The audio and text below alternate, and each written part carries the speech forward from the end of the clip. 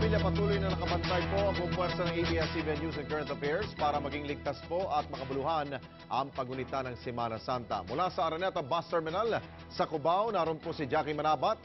Nasa NAIA Terminal 3 naman si Jerome Lantin para tutukan po mga biyahe po ng aeroplano. Binabantayan naman ni Ernie Manyo ang buhos ng biyahero dyan po sa Batangas Port at usad ng trapiko sa SLEX at NLEX mula kay Bettina Magsaysay. At balikan po natin ang sitwasyon dyan po sa bus terminal sa Cubao. Nagsinatingan na po ang mga bus mula po sa probinsya. Sa ngayon, marami pa rin po ang mga chance passengers doon. Habang nagbabala ang LTFRB sa mga magtataas sa singil sa kanilang pasahe. At live mula sa Araneta Center Bus Terminal, si Jackie Manabat magbabalita. Jackie! Alex, nagsilatingan na nga ang mga bus na magsasakay ng mga pasahero papuntang probinsya.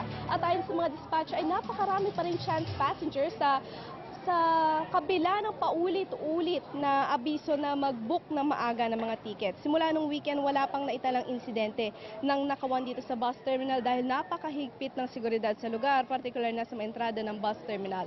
Walang pagtaas ng pamasahe, pwedeng isumbong sa LTFRB o sa otoridad na nasa help desk na nasa may entrance lang kung may lumabag dito. Mas kakaunti raw ang pasahero ngayong araw kesa nung weekend pero asahan na dadagsa simula sa Miyerkules. Nagtalaga na rin ng mga extrang bus ang air-conditioned at ordinary buses, pero ang system first come, first serve basis ito.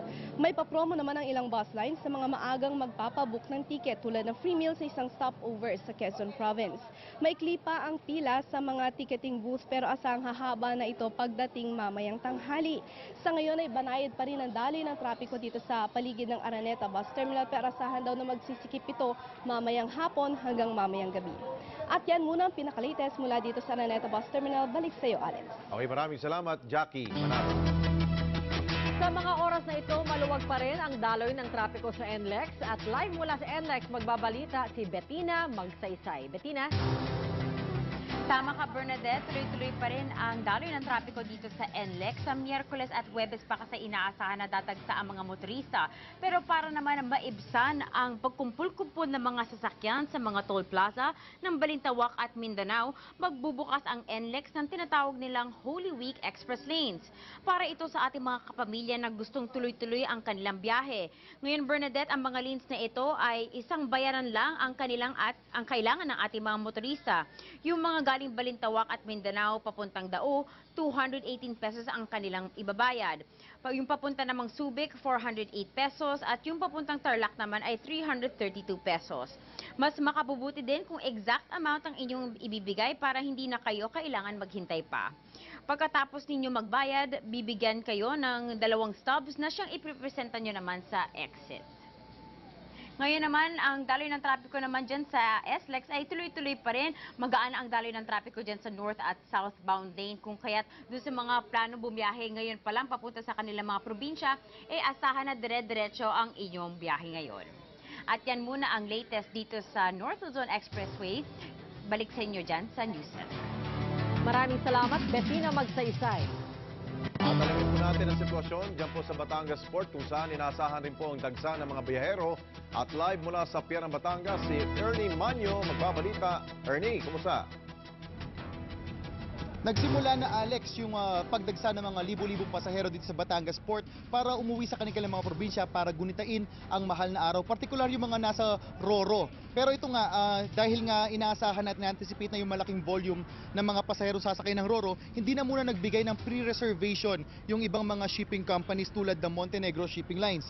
Ayon sa pamunuan nito, first come, first serve ang sistema ngayon upang maiwasan nga na magtagal sa paghihintay ang mga sasakyan, maging ng mga pasahero sa mga terminal.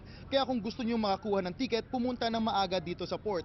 Tiniyak naman ng pamunuan ng Philippine Ports Authority Batangas o PPA Batangas ang seguridad ng mga pasaherong pupunta dito sa Pantalan. Sa mga nanonood ngayon, Alex, sa tutungo dito sa Batangas Port, abiso ng Philippine Ports Authority, huwag na magdala ng maraming gamit.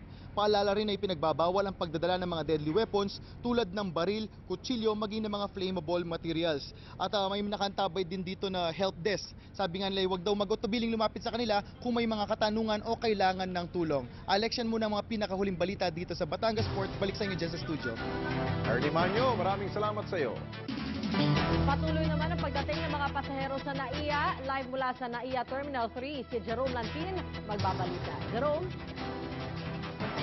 Bernadette, simula nga kaninang madaling araw hanggang sa mga oras na ito ay patuloy pa rin ang pagdating ng mga kababayan natin dito sa NAIA Terminal 3 na luluwas ngayong Semana Santa. Kung dagsa ang mga pasahero sa domestic flights dito sa Terminal 3, normal naman ang volume ng mga pasahero sa international flights sa Terminal 1 and 2 nang inikutan natin kanina. At para naman i-accommodate ang maraming mga luluwas, ay nagdagdag ng mga domestic flights ang mga airlines at in-upgrade din ang ilang flights na gagamit ng mas malaking eroplano patungo sa mga pangunahing destinasyon. Nagpaalala naman ng NIA na para mapadali ang inyong pagpasok at pag-check-in sa mga terminal, siguruhing wala kayong bitbit na mga ipinagbabawal sa inyong mga bagahe tulad ng mga matatalas na bagay, lighter at mga aerosol sprays. Bernadette, paalala sa ating mga kababayan para makaiwas sa aberya ay dumating ng maaga para sa kanilang flight. Huwag kalimutan ang kanilang mga travel documents at hanggat maaari ay o iwasan na magdala ng masyadong malalaking bagahe. At yan ang latest dito sa NAIA Terminal 3. Balik sa iyo, Bernadette. Maraming salamat, Jerome Lantin.